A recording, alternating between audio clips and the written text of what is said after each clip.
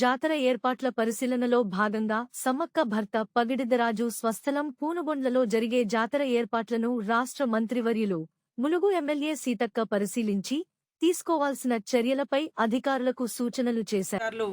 మరి రోజు ఇక్కడికి వచ్చి వారి యొక్క అవసరాలు, వారి యొక్క సన్నద్ధత, దేవుడి పూజా కార్యక్రమాల గురించి మేము ఈరోజు తెలుసుకోవడం జరుగుతుంది.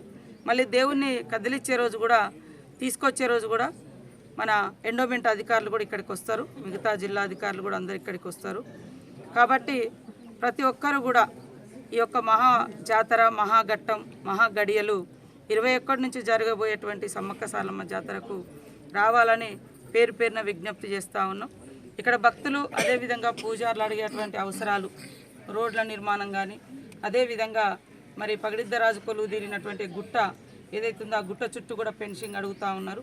ఎవరు పడితే వాళ్ళు ఆ గుట్టల మీదకి ఎక్కకుండా, అదేవిధంగా ఇంకా మంచినీటి సమస్య కానీ, పర్మనెంట్ టాయిలెట్స్ కానీ, కొన్ని రోడ్లు అవి ఏర్పాటైనాయి. ఇంకా సంపూర్ణంగా మిగతా అడిగే వాటికి కూడా తొందరలోని నిధులు కేటాయించి ఇక్కడ లోకల్గా కూడా తిరుగువారం జాతర నడుస్తుంది.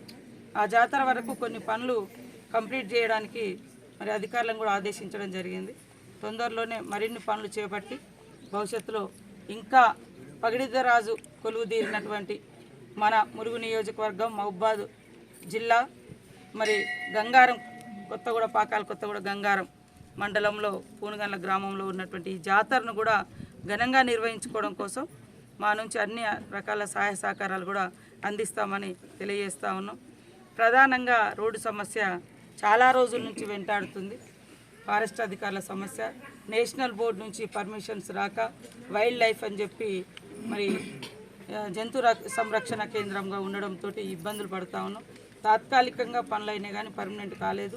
వాటి కోసం కూడా ఒక స్పెషల్ అధికారిని మరి ఏర్పాటు చేసి నేషనల్ బోర్డుకి వచ్చుకోవాల్సిన పరిస్థితి ఉంది. కాబట్టి వాటిని కూడా తొందరలోనే కంప్లీట్ చేసుకుంటామని తెలియజేస్తా ఉన్నాం. ఈ జాతరలో ప్రతి ఒక్కరు కూడా కుటుంబ సమేతంగా పాల్గొనాల్సిందిగా కోరుతాము.